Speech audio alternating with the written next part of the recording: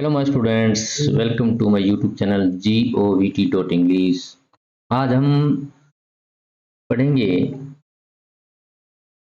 Grammar से संबंधित एक नया पोर्शन और शुरू करने जा रहे हैं हम टेंसेस। तो बच्चों सबसे पहले हम जो टेंस है उसको प्रेजेंट इंडेफिनिट टेंस को पढ़ेंगे। प्रेजेंट इंडेफिनिट टेंस और टेंस हम दो प्रकार से पढ़ेंगे। एक नंबर टेंस तो ये पढ़ेंगे कि किस प्रकार छोटी कक्षाओं के बच्चे, जैसे छोटी छोटी जो नर्सरी, जैसे कक्षा 4 5 6 7 8, ये छोटी क्लासें होती है, ये किस प्रकार से टेंस को सीख सकती है। और दूसरा, बोर्ड एग्जाम में जो 10वीं और 12वीं में या जो 8वीं में बोर्ड में जो एग्जाम में कुछ प्रश्न पूछे जाते हैं उनके हिसाब से भी अपन टेंस करेंगे। तो सभी प्रकार से हम टेंस तैयार करने की कोशिश करेंगे। और अगर किसी प्रकार की फिर भी आपको कोई प्रॉब्लम आती है तो आप वीडियो के जो कमेंट बॉक्स है उसमें कमेंट लिखें और वीडियो को लाइक करें, शेयर करें और चैनल को अगर सब्सक्राइब नहीं किया तो सब्सक्राइब करें। और जैसा कि मैं बता रहा हूँ, आप आने वाले सभी वीडियो जो है वो आप लोगों के लिए बहुत बहुत बहुत इम्पोर्टेंट होने वाले हैं। इसलिए आपको जरूरत पड़ेगी वीडियो के नोटिफिकेशन की, तो आप घंटी वाले बटन को दबाएं और ऑल पर जाकर के क्लिक कर दें। ओके, तो शुरू करते हैं टेंस। तो बच्चों ये है present indefinite tense. Present indefinite tense. Okay, तो प्रेजेंट इंडेफिनिट टेंस क्या होता है? ये अपने आप में एक प्रेजेंट इंडेफिनिट मतलब वर्तमान काल का एक पहला भाग है। इसमें दो प्रकार के कर्ता माने जाते हैं। प्रेजेंट इंडेफिनिट टेंस में दो प्रकार के कर्ता, यानी एक तो होता है एक वचन कर्ता और एक होता है बहुवचन कर्ता। तो प्रेजेंट इंडेफिनिट टेंस जो बनता है उसका स्ट्रक्चर दो प्रकार से बनता है।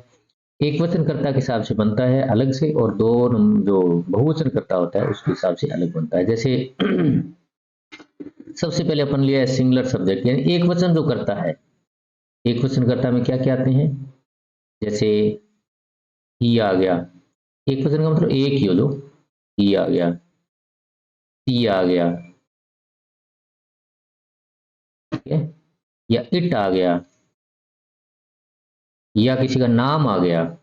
जैसे किसी का नाम मतलब जैसे मीना नाम है किसी का, मीनू नाम है, तो इस प्रकार से ये नाम आ गया। तो ये नाम, एक नाम किसी का नाम हो जिसको प्रॉपर नाउन भी कहते हैं, और या फिर ही सी इट ये हो। तो ये सारे के सारे जो है एक दो तीन चार चार प्रकार के जो सब्जेक्ट है वो सिंगुलर सब्जेक्ट यानी एक वचन कर्ता माने जाते हैं। तो देखते हैं क्या है इसमें। क्या है, वर्ब की फर्स्ट फॉर्म जो सिंगुलर सब्जेक्ट होता है, इसमें वर्ब की फर्स्ट फॉर्म के साथ में एस या ई एस जुड़ता है। वर्ब की फर्स्ट फॉर्म के साथ में क्या जुड़ता है? एस या ई एस जुड़ता है। अब सवाल ये पैदा होता है कि किसके साथ एस जुड़ेगा और किसके साथ है ई एस जुड़ेगा। तो जो वर्ब की जो फर्स्ट फॉर्म होती है ना बच्चों, ब्रैकेट में जो दी गई होती है, उसके लास्ट का अगर अक्षर ओ है, एक्स है, एस एच है, सी एच है या डबल एस है, समझ रहे हैं ना? वर्ब की जो लास्ट जो अक्षर है आपका, वर्ब जो है, जैसे ये वर्ब है, जैसे टीच वर्ब है, तो इसका लास्ट वाला जैसे एच, इसी प्रकार से। तो लास्ट में अगर एच है, सॉरी ओ है, एक्स है, एस एच है, सी एच है और एक्स है या डबल एस है, तो इनके साथ में ई एस जुड़ेगा। अगर इनके अलावा कोई दूसरे अक्षर आते हैं लास्ट में तो उनके साथ में एस लगेगा। ठीक है, ये समझ गए आप? जैसे ये है टी ई ए सी एच है, टी ई ए सी एच है, तो एच है, सी एच लगा है लास्ट में, लगा है ना? तो सी एच लगा है तो ई एस जुड़ेगा इसमें, तो ऐसे बनेगा टीचेस, टी ई ए सी एच ई एस, इस प्रकार से बनेगा।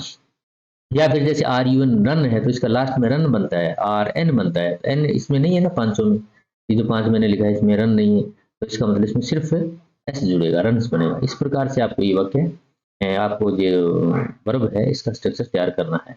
जैसे द टीचर टीचेज यू, है ना, टीचेज यू का लिख दिया, ई सी एच है तो टीचेज यू, इस प्रकार से लिख दिया। ये तो एक वचन की बात हुई, और वो भी सिंपल सेंटेंस ओनली।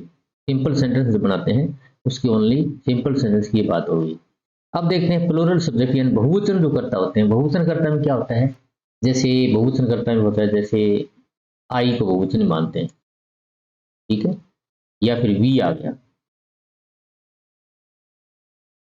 ठीक है, मतलब हम, यू आ गया, डे आ गया,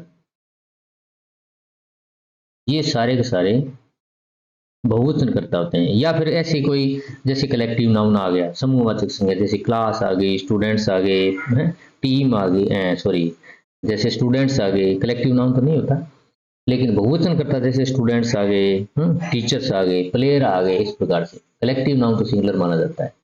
तो प्लूरल सब्जेक्ट में क्या था, वर्ब की फर्स्ट फॉर्म, सिर्फ वर्ब की फर्स्ट फॉर्म होती है, इसमें एस ई आई एस नहीं जुड़ता। जैसे स्टूडेंट्स है तो प्ले आएगा, इसमें प्लेज नहीं आएगा, प्ले ही आएगा, प्ले क्रिकेट। इस प्रकार से ये आपका सिंपल फॉर्मेट तैयार हो गया। इस प्रकार की ये सारी चीजें कोई ऐसे नहीं, किसी टीचर के पास में भी आपको कोई ऐसा मंत्र दे देंगे कि आपको टेंस याद होएगा। आपको रेगुलर इसका एक एक्सरसाइज करना पड़ेगा, इसका एक अभ्यास करना पड़ेगा, और बार बार अगर आप अभ्यास करते हो तो इस प्रकार से आपके दिमाग में चीजें फिक्स हो जाएगी, आप टेंस कभी जिंदगी में नहीं भूल पाओगे।